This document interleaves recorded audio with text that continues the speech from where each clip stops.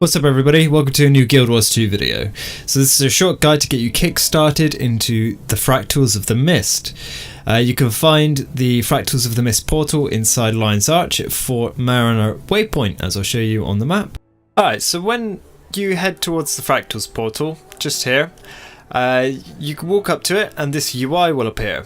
And you'll see that the Fractals of the Mist are split into 100 difficulty scales. These are then split into 4 different tiers: Initiate, Adept, Expert and Master. As you can see here, they're all there. And the reason that it's done this way is because each different scale has different requirements. Not all of them, but for sure most of them are split that way, and basically it's so much easier to read. You'll also notice that there's a fractal scale difficulty number, which is here.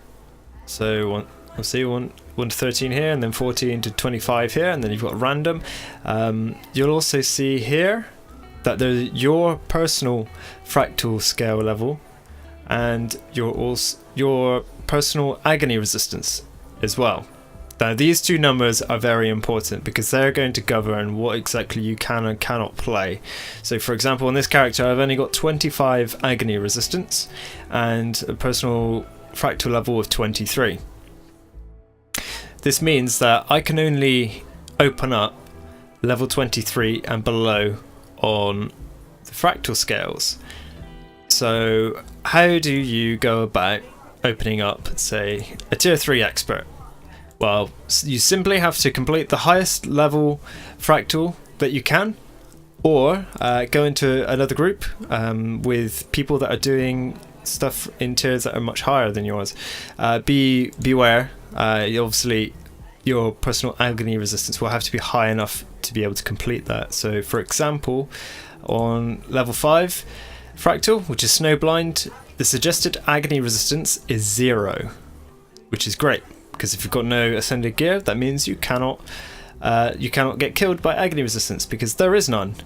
Which is fantastic. However, as soon as you get to 20, as soon as you get to fractal level 20 here at Solid Ocean, you require 8. So that means that agony resistance starts coming into play here. So if you haven't got anything ascended and infused with agony resistance, then you're going to start to have a bad time from here on out. I mean, it won't kill you instantly, but it'll make your life much more difficult from this point onwards. And of course, the higher up you go, the more you need. So for example, if you look to the top right of that box, it says 33. That means you need an agony resistance of 33 or more to take no damage from agony. As it goes up, you'll see that it starts to get higher and higher until you get to like Master, where you need just a absolutely bonkers amount, which is 151 agony resistance to do scale level 100. Pretty crazy. So when you've picked the one that you want to do, so for example, we're going to go for Molten Furnace, then you just select it and then click enter. The last thing I should explain to you is that you'll find these little purple symbols next to certain fractals. You'll find them across all of the tiers here, and that basically is regarding the dailies, which you can find in here. So it's in Fractals of the Mist, and then it's got daily fractals. See, it's the same purple icon. Basically, you just get these and you get upgraded rewards. You get a little fractal master chest, you get some keys, some agony infusions, etc, etc. Very nice. So it goes without saying that fractals are level 80 content, designed to be really short mini dungeons through various weird and wonderful events that may or may not have happened in tiers past. Therefore, you should at least have exotic level gear, though it can be done in less if you are competent in your class and ability. Fractals are where ascended gear really shines, so out to your wallet. As you can see here on my Guardian, I only have an ascended helmet, and well, ignore these, but my weapons are all ascended, apart from obviously my princess wand, which will be soon ascended, but yeah, I know I've got all of my trinkets too. So you'll want to work on getting your ascended weapons and trinkets. Think about armor as a long-term goal, and the reason you'll want to get your ascended weapons and trinkets first is because they'll give you the highest DPS and stat boost. So unfortunately I have no way of showing you, but for example that gives me 85, 85 and 120 as a stat, and my Ascended Shield, which should have the same amount of stats on it, even though it's a shield, it gives me 125, 90 and 90. So, you know, it's an extra 15 stats attributes on top of what you would normally get, as well as the damage it does is also greater. So there's extra rule damage, which then can be multiplied through your crit multipliers and etc, etc. It's just better. Same with these ones. These are also fairly cheap as long as you've been saving your laurels up and collecting ectoplasm. The ones that require ectoplasm are generally the most expensive ones, but that's fine. Once you've got those, you can then begin work on your armor, and you'll be in the top tiers for fractals in no time. Alright, so now we'll get into infusions. Since Living World Season 2 update, infusions got simplified and now make a lot more sense, whereas before it was difficult to understand which infusion went where and if you needed to infuse certain pieces of gear, etc, etc. It was a little bit of a convoluted process in how you actually go about achieving stat capping yourself with infusions, etc, because there used to be a lot of different types, and it didn't, like I said, make sense. So all armor, weapon and trinket slots now have a simple infusion slot. The only notable difference is the necklace, which has an enhancement, so you can add karma, magic and experience find. I'll show you here. So for example, in my distinguished circle of logic, you can see I have, oh, it's not an enhancement, it's an enrichment, sorry.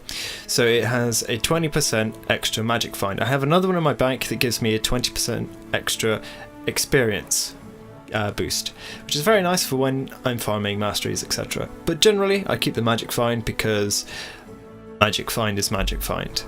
If you look at the other ones, you'll see here that I've got a +5 agony infusion, which gives me +5 agony resistance. Fairly simple to understand. Here you can see on my new ascended helmet, you can see that I've got an unused infusion slot. You see about just underneath the rune. That means I haven't put anything in there just yet, but I can place these, which I've got in my inventory. So I've been collecting agony infusions here, as you can see. It's +1 at the moment because they are the cheapest, but you're going to need a lot of these guys, and I'll show you why. So if you're inside Dessa's lab, you can come here and speak to Infuzz5959. It's the merchant cat golem, kit golem, whatever. And then you'll see it's got +3, +5, +7, +9, +11 infusions here, and these are using +1 agony infusions. So if I wanted a +11 infusion, it would cost me 15.3, well, yeah, like 15 gold, 37, 40 copper, and 1024 +1 agony infusion. That's a lot of agony infusions. Like, yeah, that's a lot. I mean, that's 200 gold, I believe, because they're about 2 silver each at the moment, so it might even be more than that. I'm not really sure. But I've got 100, so I can, if I wanted, go for a +7. However, if you've already got all of your ascended gear, which I don't at the moment, however, I've got 2 unused infusion slots, and it's basically much better to go for the lower cost ones that you could get multiple of, because having 4 +5 infusions is better than having 1 +7, like a lot better. 13 more agony resistance better. So that's what I would recommend if you're able to do that. So that's what I'm going to do. I'm going to trade up my +1s and I'm going to grab these ones. So 1, go for 4. Of course, there are extra ones here, so you can actually take them out using infusion extraction devices. They're 24 silver each, and as you tier them up from this, so you have a bunch of +5s, and you're like, oh, what do I do with them now? Well, now you can turn them into your +7s or 9s or 11s. Very nice, and then you can tier up those guys as well. Once you've pretty much got the best ones, you can also start adding stats to them. Of course, these require +7s, 3 of them to be exact, and then some integrated fractal matrices on top of that, and this is how you get stat capped basically. You can get even better. So +5 precision, +9 agony resistance, etc. Very nice if you got the might one, so you get the extra power. And it's literally as simple as double clicking, adding as if it were a rune or a sigil.